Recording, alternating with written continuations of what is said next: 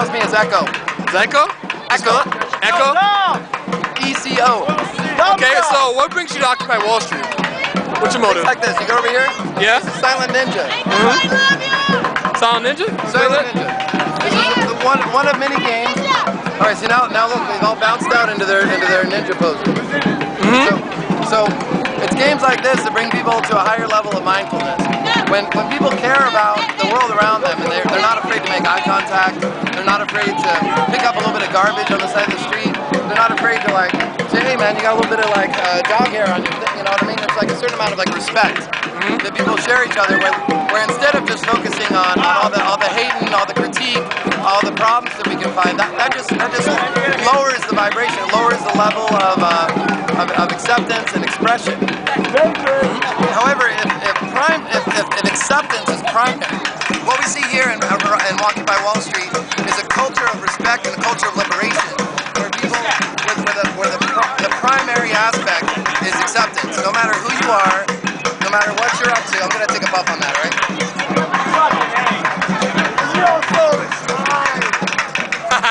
No matter what's going on, you're accepted, you're among family. For a lot of people, they've never experienced that. They were the younger brother, younger sister. Their parents didn't know how to express love, whatever it is. In a lot of cases, you awaken a huge amount of energy in your system when you wake up, in whatever way that is.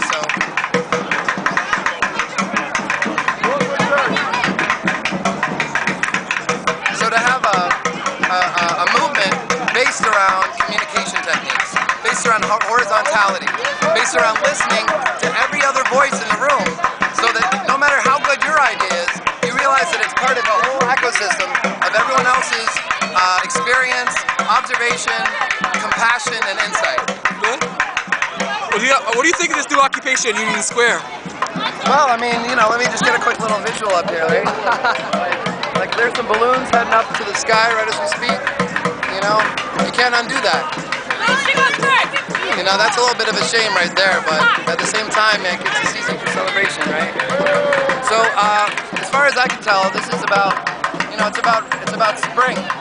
It's about the spring in an individual sense and in the global sense. The capitalism mindset, that there is no cap on capitalism, that the biggest pirate just sort of deserves it because they can call themselves a navy. There's a lot of double standards and hypocrisy that's been built into the colonial nightmare that we're all waking up from.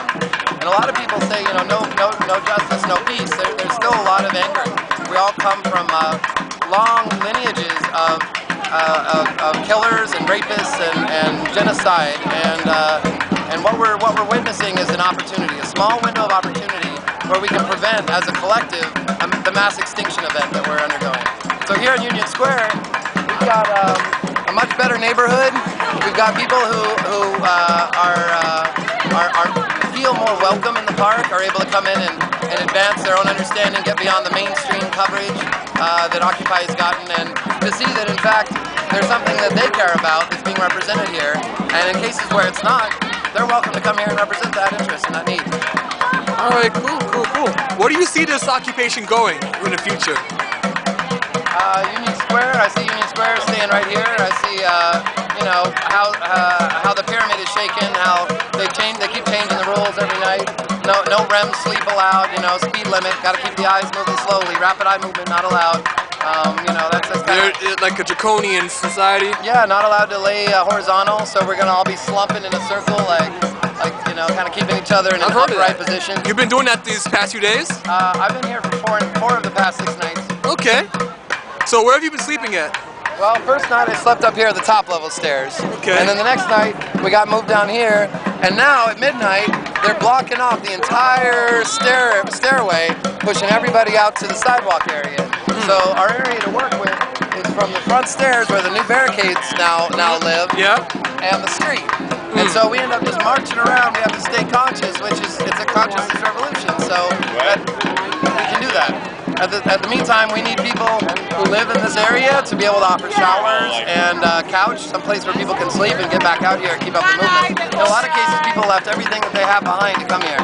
I know at least 40 stories of individuals from other states who came here to, you know, the big casino casino, the casino of all futures, the future of life on Earth, that they call Wall Street, where they trade in futures all the time. It's your money, it's his money, it's her money, it's everybody's collective potential being bargained on the basis of an intentionally blinded system, where profit is driven, immediate profit is driven over long-term consequences.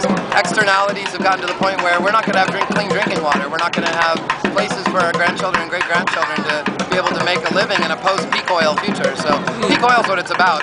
Federal Reserve notes are only going to have a limited time of being recognized by this world, and in the meantime we have to develop the safety net that's going to be here, because we will outlive money.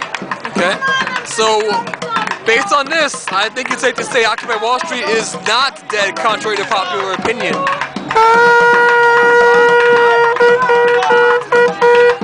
I think you're right about that. In other words, there's a lot of the winter warriors that had to kind of hold the torch going all winter. Now all the folks who are out here in spring and October are back. So just like the cops, they've got their shifts, and now we got our shifts. Okay. Well, thank you, sir. I appreciate that. Much luck to you. Email is echolake, ECOLAKE @gmail. Hopefully I'll hear from you. echolake @gmail. Thank you.